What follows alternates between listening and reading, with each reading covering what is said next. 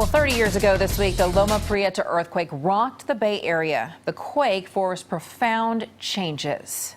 Yep, all week we will be taking a special look back tonight. KPIX5's John Ramos on the places where the shaking left a lasting memory.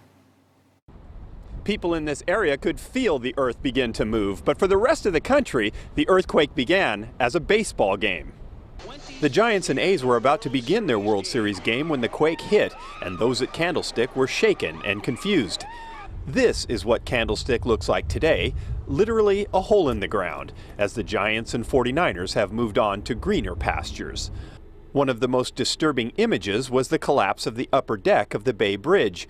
Irma Escatel had just arrived from Mexico and remembers the haunting pictures.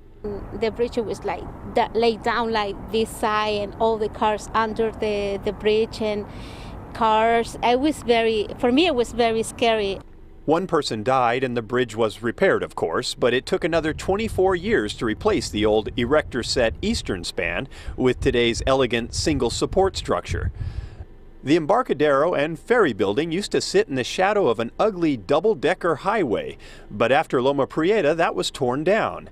Today, the bustling Embarcadero, with its streetcars and palm trees, has become a mecca for tourists and locals alike. It wasn't busy like it is now. The ferry building was there, but it wasn't used the way it is now. It wasn't an attraction. But it was at the old Cypress Street Viaduct in Oakland that the quake held its greatest tragedy.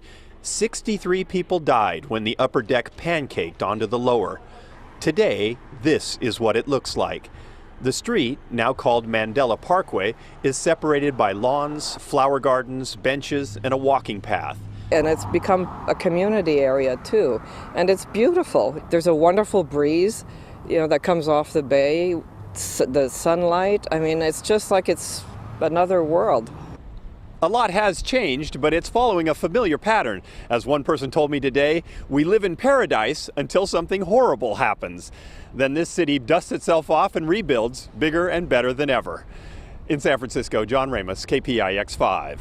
And Ken, you worked here during that time. You couldn't come in because the Bay Bridge had collapsed, but you covered the story from Oakland. Yeah, I went to the Cypress structure, and I was on KCBS radio as well. People have to remember there were no cell phones. Computers were just coming on board in newsrooms, so it was a much different environment we were in. But my biggest memory was the Marina District, the buildings that had collapsed and the fires that started. They actually dragged a fire hose from the wharf all the way to the marina and had the Phoenix fireboat fire up and pump water to put those buildings out. And it was all volunteers. People in San Francisco came together. That's my biggest memory, how much people helped each other. We were looking at John Ramos's package, and you realize so much has changed since then. In your own experience and from experience, do you think that we're prepared?